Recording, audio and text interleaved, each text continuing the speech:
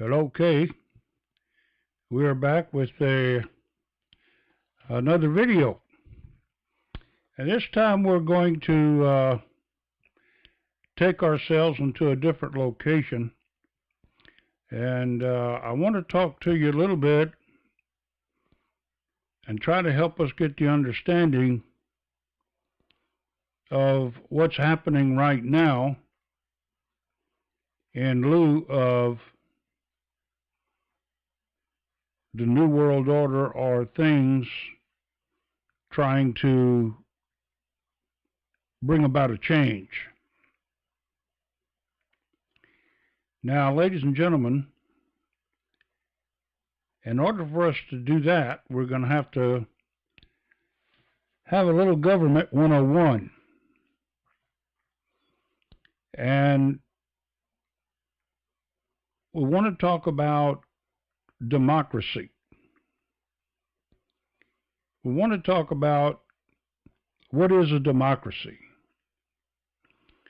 Now, the world was stunned in 2008, if you're old enough to remember, when George W. Bush was first named the winner of the U.S. presidential race, even though more voters cast ballots for Al Gore. So Bush won with the Electoral College, even though the people en masse voted more for Al Gore. Then in 2016, President Trump beat out Hillary Clinton the same way, by the Electoral College, even though he obtained a minority of the public votes, or a minority of the citizens. So how can the U.S. call itself a democracy and yet not select its officials on the basis of a majority rule? Now, part of the answer is that the U.S. has never established a pure democracy,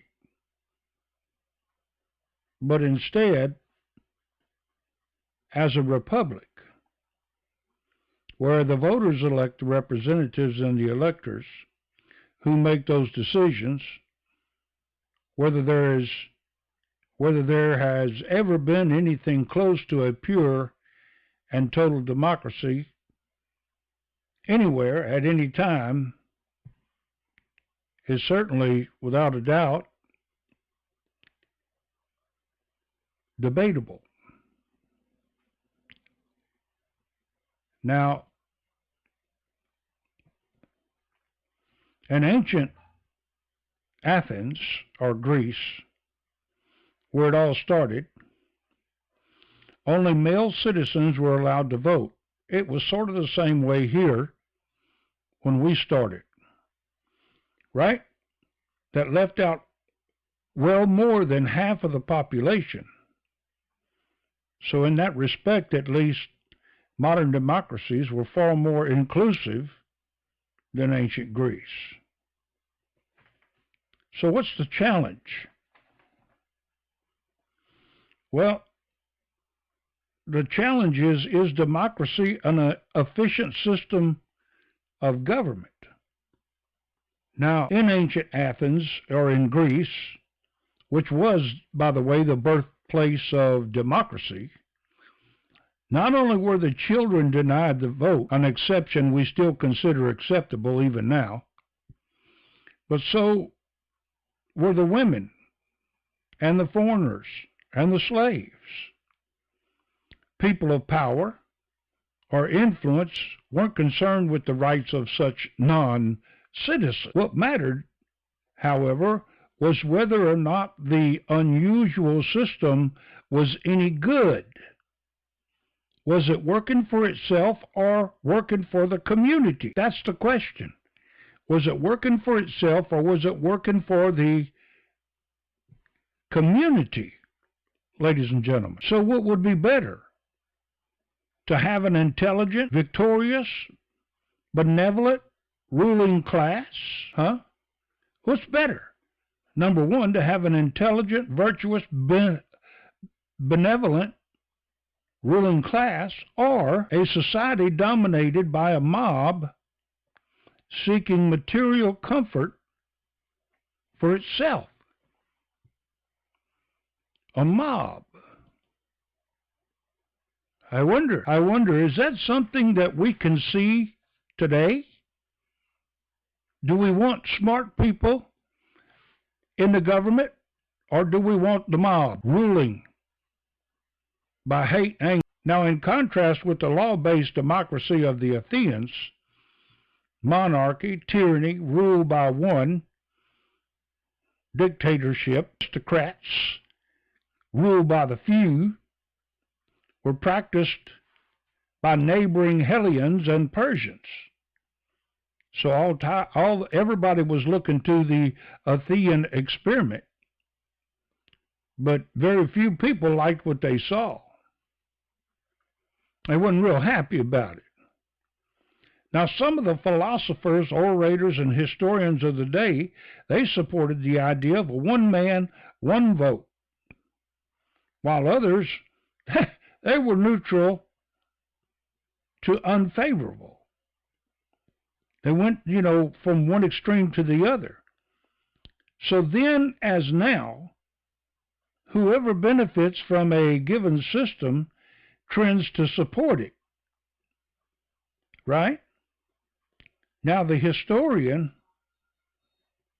Herodotus wrote a debate of the proponents of the three government types: the monarchy, the oligarchy, or the democracy. But others were more willing to take sides. In 384 to 322 BC, Aristotle, he was a fan of the oligarchy, saying that government was best controlled by the people with the leisure to practice it. In other words, it's run by the people and, at their leisure, if they felt like doing it or decided to just let the government have it. Then there was Thucydides from 460 to 400 BC. Now this cat, he supported democracy as long as there was an adept leader at the helm. But otherwise, he thought it was a very dangerous type situation. And after that, then came in 429 to 348 BC, came Plato. Now, he felt that although it was nearly impossible to impart political wisdom, everyone, no matter what his trade or level of poverty, could participate in a democracy. Everybody, no matter what. And then there was Achilles, 389 to 314 BC. Now, he said that government works best if it's ruled by law, not by people. He said the government works best if it's ruled by law and not the people, meaning on a full scope. Instead of the government assisting, he said it was best if it ruled everything. Now, Pseudo-Xenophon, he was in 431 to 354 BC. He said that good democracy leads to bad legislation. And good legislation is the forced imposition of will by the more intelligent. So what we have is a problem with democracy, ladies and gentlemen. Now, this right here tells us the truth. Now, this guy right here, he looks like Mr. USA, but I don't like that. So I'm just going to call him Mr. Freedom and Miss Liberty. Okay? Mr. Freedom and Miss Liberty. And here is a dwindling Bill of Rights, an addendum, crying out for help. Now, Mr. Freedom says our identities have been stolen. Here's what it says. You have the right to be scammed, lied to, hustled, conned, swindled, duped, deluded, or otherwise hoodwinked by corporate America and their lackeys, lip spitters, toadies, apologists, flunkies, stooges, doormats, and bootlickers in the government. Now, this is a rather hard letter taped onto the Bill of Rights, because in actuality, ladies and gentlemen, this is what's been going on. So this is a problem. And then, of course, there's the balance of power. The people's votes, their little contributions, the Democracy Fund, whatever is here. Here's the eagle dropping 2 more money bags right here. But the problem being, it never outweighs the full bag of money of the government. The government is always richer than what we could put in on the other side. Money, money, money, ladies and gentlemen. And it never allows the scale to balance, because the government has grown so fat, so big, and produced so much paper money that there's no way the people will ever be able to balance the scale. This is a problem. What it does over here is it makes the people mad, because no matter how hard they try, they still feel out of balance. It just doesn't seem to fit. Now I want to come over here. Now they got this little poster here that's the conceptual framework of the global state of democracy. Now, starting from the left, we're going to go to the right and number them. Group 1, Group 2, Group 3, Group 4, Group 5. And then finally, we note that they're all rotating around democracy, popular control, and political equality. Okay, so right here we see that the definition to this democracy in the middle, popular control, well, we can see that doesn't happen because of the Electoral College that seems to have the weight over the popular vote. And political equality. We can certainly see that in 2020, political equality has been flushed down the toilet, right? Well, there was a space here, so I added one more to the circle. And that is Mr. Dollar Sign right here, led by Miss Illuminati. So after 5 comes 6, 6, 6. Right here it is. The New World Order, the Illuminati, the Bilderbergs, the Rothschilds, the Fat Boys, all right here with all the fat boy money. They got so fat, so big, and there's so many other corrupt politicians in the mix. How can you ever figure to balance the scale? Now let's look here. Number 1 is particulatory engagement, okay? Civil society participation, electoral participation, direct democracy, and local democracy. These are all tied to the participating engagement of the democracy. Right? Number two, as we come around, is representative government. Number one, clean elections, inclusive suffrage, free political parties, elected government. What? That's actually how it's supposed to run, ladies and gentlemen. Number three is fundamental rights, access to justice, civil liberties, social rights, and equality. Number three, this is where we're having trouble in 2020 because the people are aggravated. The people are already aggravated. They're already mad. Next on the list is checks on government. Really? Media integrity. Judicial independence. Effective parliament. Not happening. Then comes impartial administration. Predictable enforcement. Absence of corruption.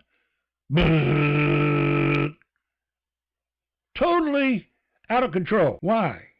Well, first of all, because money. Let's take it this way. Let's go to representative government. Let's go over here, take the money, and let's X out clean elections. Because the money is going to buy the election. Then we're going to break off to inclusive suffrage. Okay? Money. Picking personal groups. Free political parties. Ain't nothing free in 2020. You got to pay for what you get. And then elected government. By who? We the people? No. Why? Because it's corrupt from the start, from the get-go. Well, let's look at fundamental rights, like the Bill of Rights. Let's check that out. Okay, well, it works all good like this until the money comes in. Social rights and equality, bought off. Civil liberties, bought off. Access to justice, bought off. Fundamental rights, not.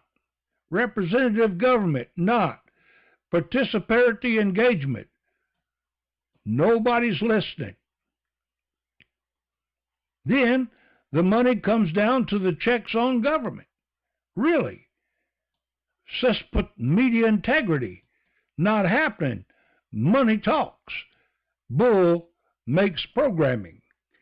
Judicial independence, not happening. Right? Effective parliament. Are you kidding me? The Congress, not happening. Checks on government, toast. Not happening. Right? Because of the money. Money, money, money, money, money. And where does it come from? It comes straight from the Illuminati, ladies and gentlemen. Money flows this way. And then there's impartial administration. Predictable enforcement. Not anymore. It's do what you do and do what you want to do out there, even if you're there to enforce judgment. Absence of corruption. Woo! That's a big one, ladies and gentlemen. Absence of corruption, not at all. Impartial administration, down the toilet. Democracy, down the toilet. Not happening. Why? Why, ladies and gentlemen? Why? Because these cats right here, that's why. They run and rule.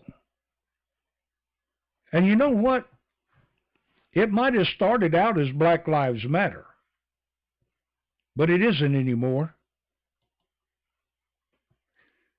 Because the Illuminati, the Bilderbergs, these cats right here, let's blow them up a little bit more. There you go. These cats right here have decided it's time for the New World Order. And the people are disgusted, ladies and gentlemen. The people are disgusted with the rule of money